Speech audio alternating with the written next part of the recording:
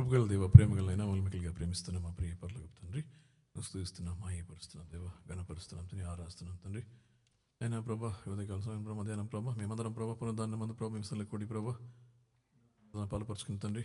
అయ్యా మేము మహిమపరుస్తూ ప్రభా, ఆరాధిస్తూ ప్రభా, అయ్యా మీ వాక్యం ధ్యానిస్తున్నాం. మీ కృప మా దయచేయం, ప్రతి మక్కునమయ్యా మీ సన్నిధి మా దయచేయని ప్రభనైనా, మాకు కావాల్సిన వాక్యం దయచేయని ప్రభా, మన బలపరచిన ప్రభనైనా, మీకు ఇక్కడ దగ్గర భాగం దయచేయం, ప్రతి మక్కునం తండ్రి. సాయం చేయని ప్రభనైనా, ఆటంకపరుస్తుంది అందుగా శక్తులు మీరు లయపరిచిన ఆయన ప్రభా, అభాగ్యం లయపరిచిన ఆయన తండ్రి. నేను ఈ స్థలంలో ప్రభా, మేమందరం కూడా ప్రభా మీ సన్నిధిని మేము గ్రహించగల బిడ్డలుగా ఉండే భాగ్యం దయచేయండి ప్రభనైనా. అయినా మీ వాక్యం వల్ల పనిచేసే భాగం దయచేయండి ప్రభా.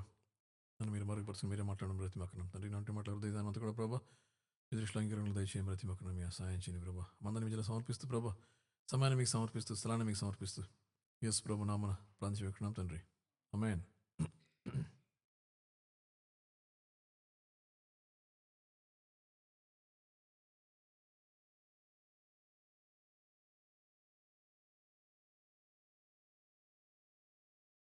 సరే, ఈరోజు మనం మంచి వాక్య భాగం ఉంది మనకి. కొలోషియన్స్ 1st చాప్టర్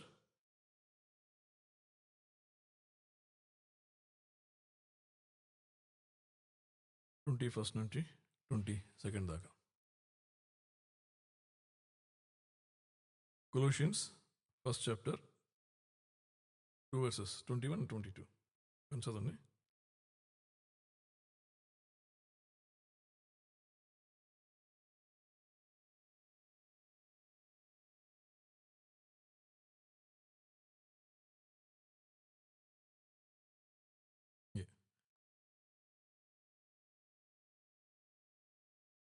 సో మనకి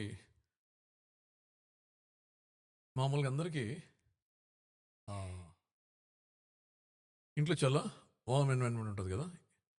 మన ఇంటికి వెళ్తే బాగా హ్యాపీ ఫీల్ అవుతాం, అంతే కదా. బయట ఉండగానే ఇంటికి వెళ్తే మనం చాలా ఫామ్ ఫీల్ అవుతాం. మనం ఇక్కడ ఐర్లాండ్ నుంచి ఇండియాకి వెళ్ళినప్పుడు మన ఫ్యామిలీ మెంబర్స్తో మనం చాలా వామ్గా ఉంటుంది ఇంటికి వెళ్తే మనకి కదా, హ్యాపీగా ఉంటుంది అనమాట, చాలా కంఫర్టబుల్గా ఉంటుంది ఆ ఎన్వైరన్మెంట్ కదా. అయితే ఒక క్వశ్చన్ ఏంటంటే, ఎంతమందికి ఇంట్లో మన అమ్మా నాన్నని లేకపోతే ఫాదర్ని నాన్న నువ్వు రా, నువ్వు పో అని చెప్పి అలవాటు ఉంది?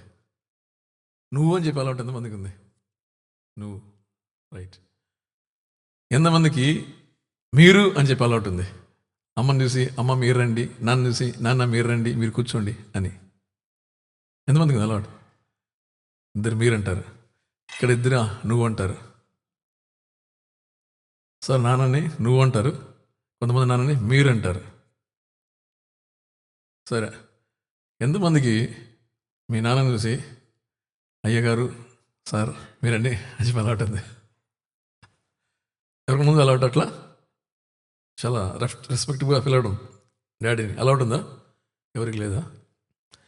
సరే, ఒకవేళ ఎందుకంటే మనం ఆర్డినరీ పీపుల్ కాబట్టి మనకు అలవాటు లేదేమో. ఒకవేళ ఫాదర్ మినిస్టర్ అయితే, ఒక మినిస్టర్ పిల్లలు, సీఎం పిల్లలు, ఎమ్మెల్యే పిల్లలు, ప్రైమ్ మినిస్టర్ పిల్లలు, వాళ్ళు ఎవరన్నా వాళ్ళ ఫాదర్ని, ఎందుకంటే వాళ్ళు పెద్ద పొజిషన్ కదా, సార్ మీరని పిలుస్తారా? వాళ్ళు అంటే అయ్యగారిని పిలుస్తారా? అట్లా పిలుస్తారా ఏమైనా? ఎందుకు? వాళ్ళు చాలా పెద్ద పొజిషన్ కదా,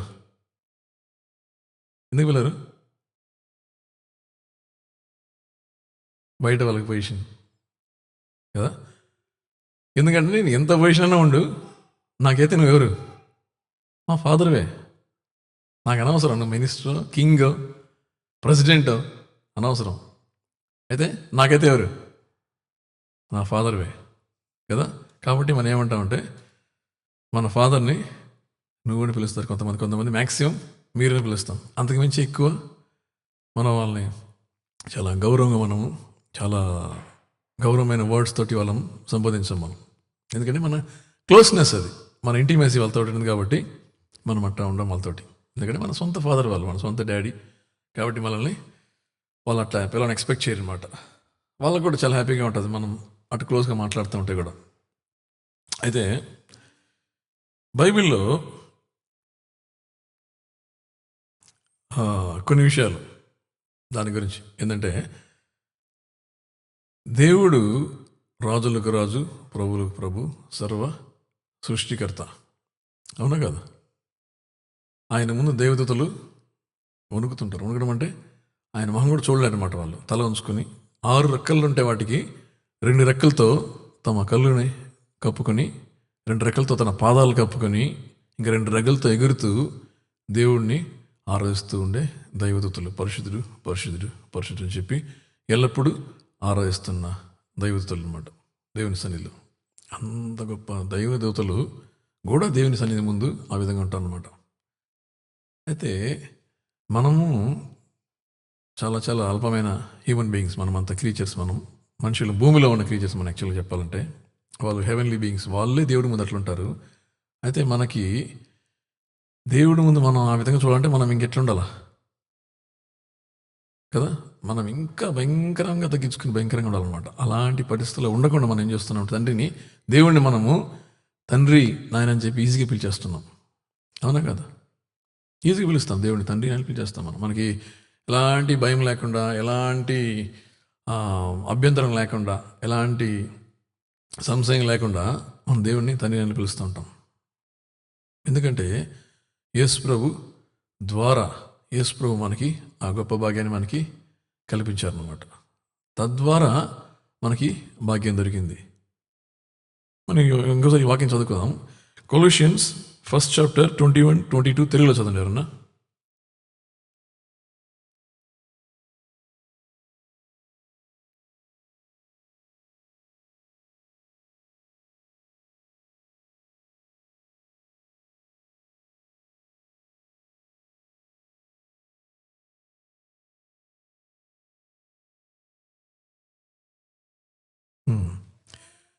ఇక్కడ చూసారా, మనమందరము యేసు ప్రభు యొక్క మరణం ద్వారా సమాధానపరచబడ్డాం. అంతే ఓల్డ్ టెస్టిమెంట్లో అంటే యేసు ప్రభు ద్వారా ఇవన్నీ మనకు దొరికింది. యేసు ప్రభు రాకముందు, యేసు ప్రభు భూమిలో రాకముందు పరిస్థితి ఏంటంటే, ఎప్పుడు దేవుడి దగ్గర ఎవరు ఇంత డేర్ చేసేవాళ్ళు కాదు. దేవుడి దగ్గరికి వెళ్ళి ఎవరు తండ్రి నాన్న అని చెప్పి హక్కుగా పిలిచేవారు కాదు. దేవుడు అంటే భయము, వణుకు అన్నమాట. ప్రజలకి చాలా భయం, చాలా వణుకు. దేవుని సన్నిధి అంటే చాలా భయం అన్నమాట. అమ్మ దేవుడు అంటే వాళ్ళకి అసలు చాలా రెఫరెన్స్ అనమాట. అప్పుడు దేవుడు అంటే మనం చూస్తుంటాం పాత నిబంధనలో వాళ్ళకి అంటే దేవుడు అంటే ఒక భయం ఏంటంటే దహించు అగ్ని అని ఒక భయము. తర్వాత దీనికి కారణం ఏంటంటే, ఒకప్పుడు ఆదాము దేవుడు సృష్టించిన తర్వాత దేవుడితో మహాముఖిగా మాట్లాడుతూ ఉన్న పరిస్థితులు అప్పుడంతా ఆదాము హవ్వ అంతా దేవుడితో ఫేస్ టు ఫేస్ మాట్లాడారనమాట. అయితే ఆదాము చేసిన ఆ తప్పు వల్ల, పాపం వల్ల దేవుడికి మనిషికి మధ్యలో పాపం ఎక్కువైపోయి ఒక గ్యాప్ వచ్చేసింది. ఆ గ్యాప్ వల్ల మనమందరం కూడా ఆదాము యొక్క జనరేషన్స్ కాబట్టి మనమంతా కూడా దేవునికి చాలా దూరం అయిపోయాము. మనకు దేవునికి మధ్యలో పెద్ద అఘాతం, పాపం నిండిపోయింది అనమాట. ఆ పాపం వల్ల మనకి సిన్ఫుల్ నేచర్, దేవుని యొక్క హోలీనెస్, ఆయన పరిశుద్ధత, మన పాప స్వభావం డ్రాస్టిక్ అయిన డిఫరెన్స్ అన్నమాట. కాబట్టి దేవుడు అంటే భయము, వణుకు. అసలు దేవుని సన్నిధి పోవడమే చాలా పెద్ద విషయం అన్నమాట. మనం చూస్తుంటాం ఓల్డ్ టెస్టిమెంట్లో మందిరంలో కూడా, ఆలయంలో కూడా మహాపరిశుద్ధ స్థలం, తర్వాత పరిశుద్ధ స్థలం, ఇవన్నీ ఉంటాయి అన్నమాట. పీపుల్ అక్కడ దాకే పోగలరు అనమాట. అంతకు మించి లోపలికి పోలేరు. మహాపరిశుద్ధ స్థలంలో ఓన్లీ ప్రీస్ట్ ఆయన ఒక్కడే సొంతం ఒకసారి లోపలికి వెళ్ళి వస్తాను అనమాట. దేవుడిని సన్నిధి అంటే అంత భయం అనమాట. ఒక్కసారి వెళ్ళడానికి కూడా చాలా భయపడితే వెళ్తాడు ఆయన లోపలికి. వాళ్ళు ఆయన కాళ్ళకి ఒక తాడు కట్టేస్తారంట ఆయన లోపలికి పోయినప్పుడు.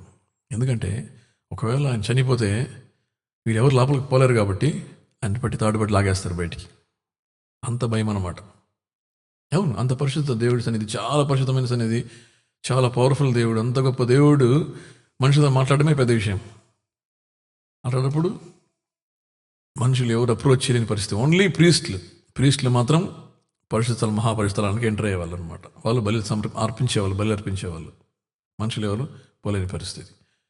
మనుషులు ప్రార్థన చేసుకునేవాళ్ళు, ఆలయానికి వెళ్ళి ప్రార్థన చేసుకుంటారు, కానీ తండ్రి అని పిలవడానికి ఎవరు డేర్ చేయరు అనమాట. దేవుడిని అందరూ సంబోధిస్తారు, అంటే అది కలెక్టివ్గా చెప్తారనమాట.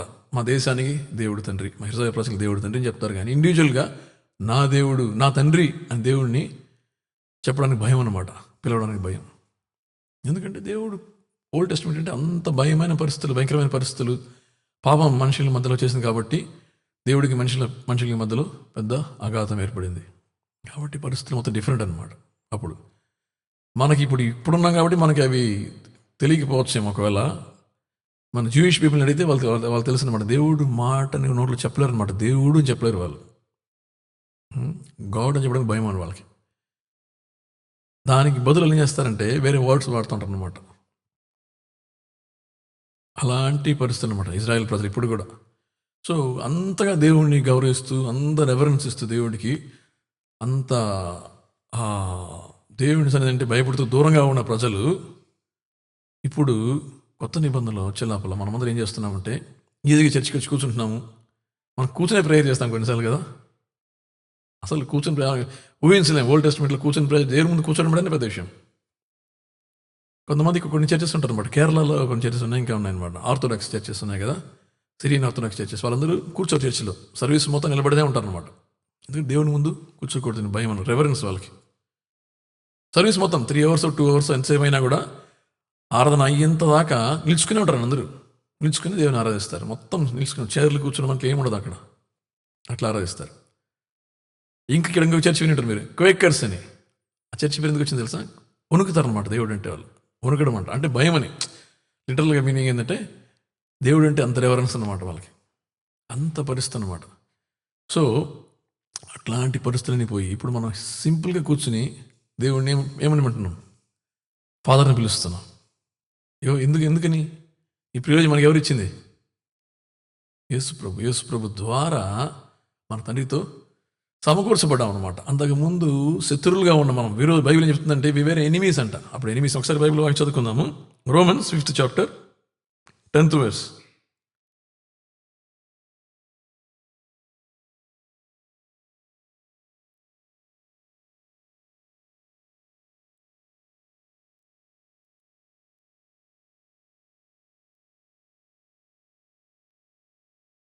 చూసారా? ఇంకొకసారి తెలుగు చదవండి ఒకసారి. ఏలైనగా శత్రులమై ఉండగా ఆయన కుమారుని మరణం ద్వారా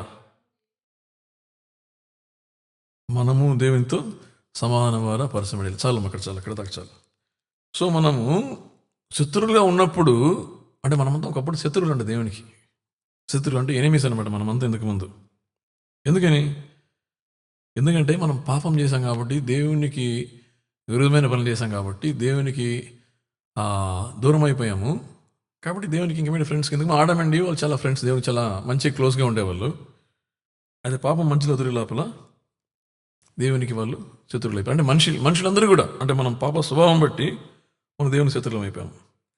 ఇక్కడ చూడండి, ఇంగ్లీష్లో మళ్ళీ ఇంకోసారి చేస్తాను. For if when we were God's enemies we were reconciled to him through the death of his son, how much more having been reconciled shall we be saved through his life. అయితే బైబిల్లో చూడండి కదా, మన పాపులుగా ఉన్నప్పుడు దేవుడు మనల్ని ప్రేమించాడంట. మంచోళ్ళు కాబట్టి మనం ప్రేమించడం కాదు, అది వేరే డిఫరెంట్ కదా. ఎవరైనా మంచోళ్ళు అయితే ప్రేమిస్తే అది ఓకేనే, మంచోడు కాబట్టి ప్రేమించాలనుకుంటాం. అయితే దేవుడు మన మంచోళ్ళు కాకపోయినా మన పాపులుగా ఉన్నప్పుడే మనల్ని ప్రేమించింది. దేవుడు ప్రేమించడం అంటే మామూలు ప్రేమ కాదు, మన పాపులుగా ఉన్నప్పుడే మన కోసం ప్రాణం పెట్టి అంత ప్రేమించిన దేవుడు అనమాట. అంత ప్రేమ కలిగిన దేవుడు ఆయన. అయితే అప్పుడు దాకా దేవునికి మనకి మధ్యలో పాపం నిండిపోయింది కాబట్టి మన దేవుణ్ణి అప్రోచ్ కాలేని పరిస్థితి అనమాట. అయితే దేవుడు మనల్ని ఎంతో ప్రేమించాడు కాబట్టి తన కుమారుని ద్వారా మనల్ని తనతో సమకూర్చుకున్నాం అనమాట. ఒకసారి చదవండి 2 Corinthians 5th chapter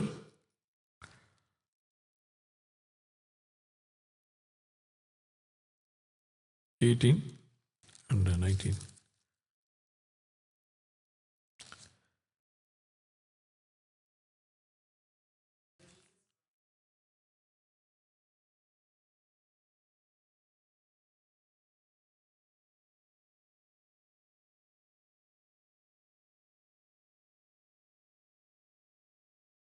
Actually, all this is from God who reconciled us to himself through Christ and gave us the ministry of reconciliation. తెలుగులో చదవండి.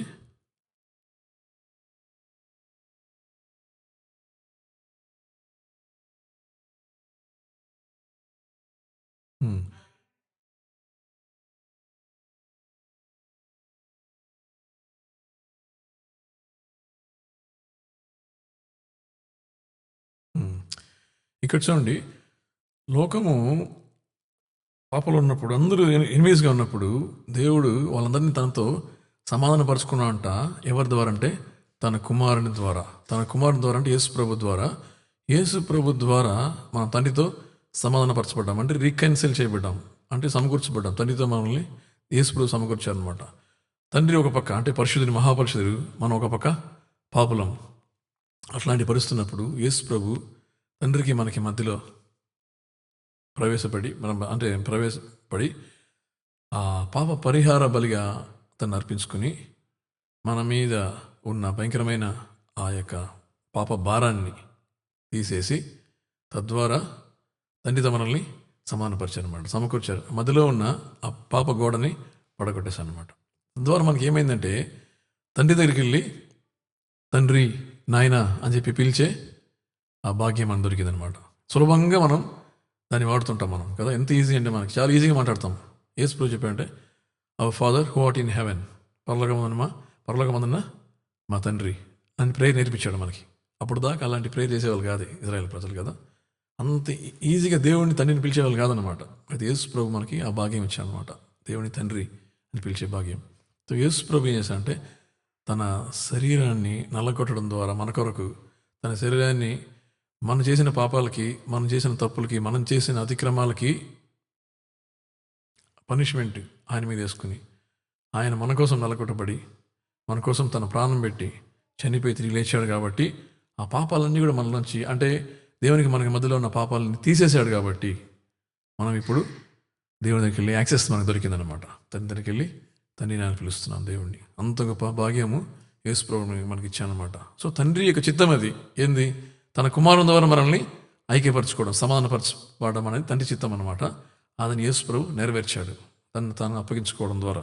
ఇంత అద్భుతమైన పని మన కోసం చేసి పెట్టి దేవుడితో మనల్ని తిరిగి మనకు ఆ బాండ్ కలిగించాడు అనమాట. సో రక్షణ, యేసు ప్రభు వచ్చింది రక్షణ అంటే మన పాప క్షమాపణ కోసం మాత్రమే కాదు, కానీ పాపాలను క్షమించిన తర్వాత మనకు రిలేషన్షిప్ ఇవ్వడానికి వచ్చాడు యేసు ప్రభు. ఏంటంటే తండ్రితో మనల్ని పిల్లలుగా ఐక్యపరచడానికి, ఆ రిలేషన్షిప్ ఇవ్వడం కోసం యేసు ప్రభు వచ్చాడు అనమాట. Not only for forgiveness of sin but also for the relationship, new relationship. అప్పుడు దాకా మనకి ఆ రిలేషన్షిప్ లేదు. మన పాపం క్షమించబడిన దాకా, లేకపోతే మన రక్షణ లేకపోతే అప్పుడు దాకా మనకి దేవునికి మధ్యలో ఒక రిలేషన్షిప్ లేదు. అంత నేను పిలవలేము దేవుని అప్పుడు. అయితే యేసు ప్రభు తన రక్షణ కార్యం జరిపించిన వల్ల, మన కోసం చనిపోయి లేచిన వల్ల, మన పాపాలను ఆయన కొట్టివేసిన వల్ల, మన పాపాలను ఆయన మోసిన వల్ల, ఆ పాపాలను తీసేశాడు. కాబట్టి మనకి ఒక రిలేషన్షిప్ కలిగింది అనమాట, దేవునితో ఒక రిలేషన్షిప్. కాబట్టి యేసు ప్రభు పాప క్షమాపణ ఇవ్వడం మాత్రమే కాదు, తండ్రితో మనకేమిచ్చాడు, రిలేషన్షిప్ ఇచ్చాడు అనమాట. ఒక బంధం కలిగించాడు, ఒక బంధాన్ని ఏర్పరిచాడు దేవుడు. అప్పటి నుంచి మనకి రక్షణ పడినప్పటి నుంచి మనం దేవుని బిడ్డలం అయిపోయాం. కాబట్టి మనం ఫ్రీ యాక్సెస్ దేవుడి దగ్గరికి వెళ్తాము, తండ్రి నాయన పిలుస్తాను దేవుడిని, నాయన నాకు ఈ ప్రాబ్లం ఉంది, నాయన ఆ ప్రాబ్లం ఉంది, అవన్నీ చెప్పుకుంటాం దేవుడి దగ్గర. దేవుడు మన పట్ల చాలా దీర్ఘశాంతం కలిగి ఉండి మన ప్రార్థనని ఆలకిస్తుంటాడు, మనకు జవాబిస్తుంటాడు. మనం సరిగా ప్రేయర్ చేయలేకపోయినా పరిశుద్ధాత్మ దేవుడు మన కోసం, హోలీ స్పిరిట్ గారు మన కోసం ఏం చేస్తాడు, ఆయన మన కోసం దేవుడితో ప్రేయర్ చేస్తాడు. యేసు ప్రభు తండ్రి పక్క నుంచి మన కోసం ఆయన ప్రేయర్ చేస్తాడు. చూడండి ఎంత భాగ్యాలు చూడండి మనకి. మనం ప్రేయర్ చేయకపోయినా, సరిగ్గా చేయలేకపోయినా యేసు ప్రభు మన కోసం ఆయన తండ్రితో మొరపెడతా ఉంటాడు అనమాట. ఒక పక్క హోలీ స్పిరిట్ గారు మన కోసం, ఆయన లెక్కశక్యం కానీ మూలుగులతో మన కోసం ఏం చేస్తాడు, తండ్రితో ప్రేయర్ చేస్తూ ఉంటాడు. ఎంత భాగ్యం అంటే మనకి ఈ న్యూ టెస్ట్మెంట్ టైంలో యేసు ప్రభు ద్వారా, ఇవంతా కూడా యేసు ప్రభు ద్వారా మనకి ఇవన్నీ కలిగిన భాగ్యం అనమాట. తండ్రితో మనం సమకూర్చుకుంటాం. చాలా పెద్ద రిలేషన్షిప్ ఇది. మనకి దాని డెప్త్ మనకి తెలియకపోవచ్చు, కానీ ఇది చాలా పెద్ద విషయం. ఇది అంత గొప్ప భాగ్యం మనకు దేవుడు చేశాను అనమాట. చూడండి, మనం రక్షించబడక ముందు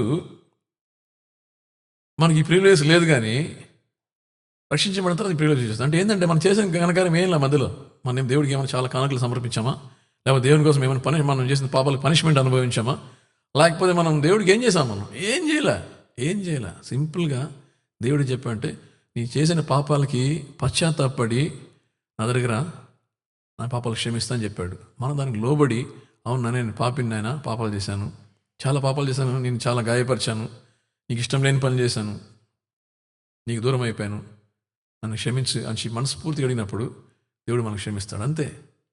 ఆ చేసిన ఆ ప్రార్థన వల్ల మన పాపాలు క్షమించబడి మనం ఇంత గొప్ప భాగ్యం మనం పొందుకుంటాం అనమాట. తండ్రితో మనం బిడ్డలైపోతాము. ఒక రిలేషన్షిప్ మనకు బాండ్ ఒకటి ఏర్పడుతుంది.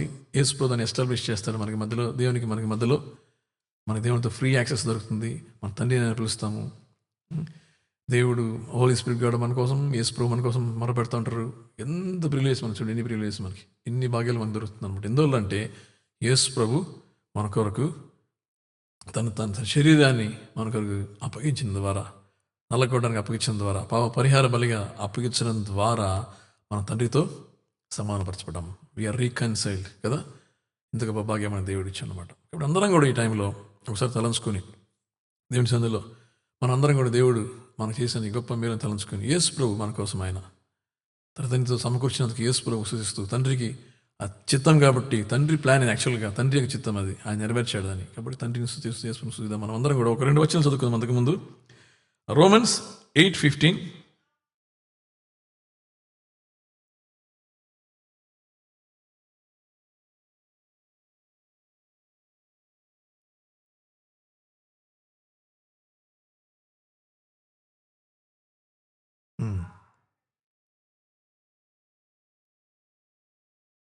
సరే.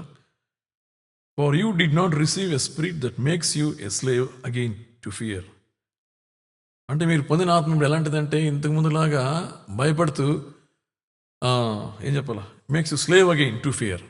భయానికి మిమ్మల్ని దాసత్వం చేసే ఆత్మని మీరు పొందుకోలేదంట. ఇప్పుడైతే ఏం పొందుకున్నామంట మనం?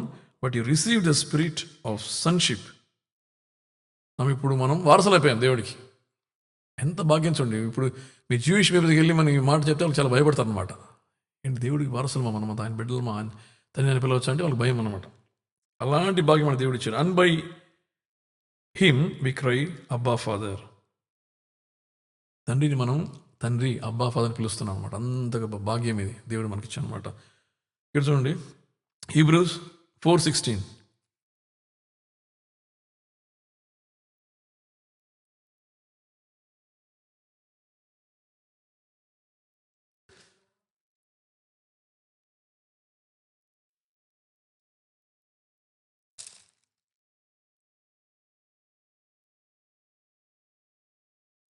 ఇంకోసారి సిస్టర్, అదే ఇంకోసారి సిస్టర్.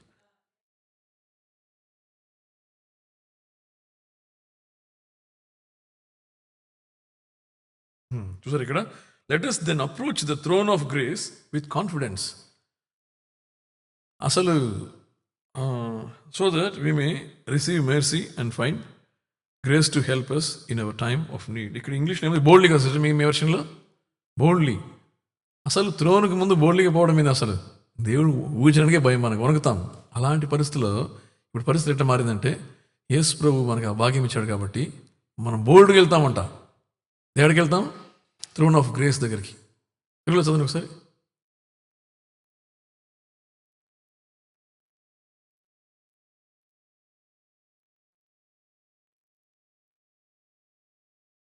కృప పొందినట్లు ధైర్యముతో కృపాసనం దగ్గరికి వెళ్తా ఉంటాం మనం. అసలు ఊహించలేని పరిస్థితులు అన్నమాట ఇవన్నీ కూడా. మనం బోల్డ్గా వెళ్తా ఉంటాం, ధైర్యంతో వెళ్తా ఉంటాం. అసలు ధైర్యం ఏంది? ఎందుకంటే దేవుడు ఇవన్నీ కూడా ఆయన చిత్తం మనల్ని తన బిడ్డలుగా మార్చుకుని మనకు భయం లేదనమాట.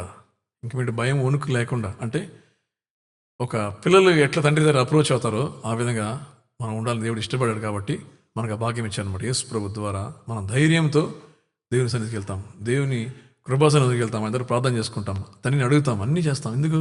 ఎందుకంటే యేసు ప్రభు మనకి ఆ భాగ్యం కల్పించాడు. కాబట్టి మనందరం కూడా ఈ సమయాన్ని ఒక్కసారి అందరం కూడా దేవుని సన్నిధిలో ఇంత గొప్ప భాగ్యం ఇచ్చిన దేవుణ్ణి, ఇంత గొప్ప భాగ్యం ఇచ్చిన యేసు ప్రభు, వీళ్ళందరికీ, దేవునికి, తండ్రికి, యేసు ప్రభుకి, ఆత్మదేవుడికి మనము స్తుతులు అర్పిద్దాం. ఈ విషయాన్ని బట్టి కూడా దేవుడి వాక్యాన్ని దీవించును గాక. ఆమేన్.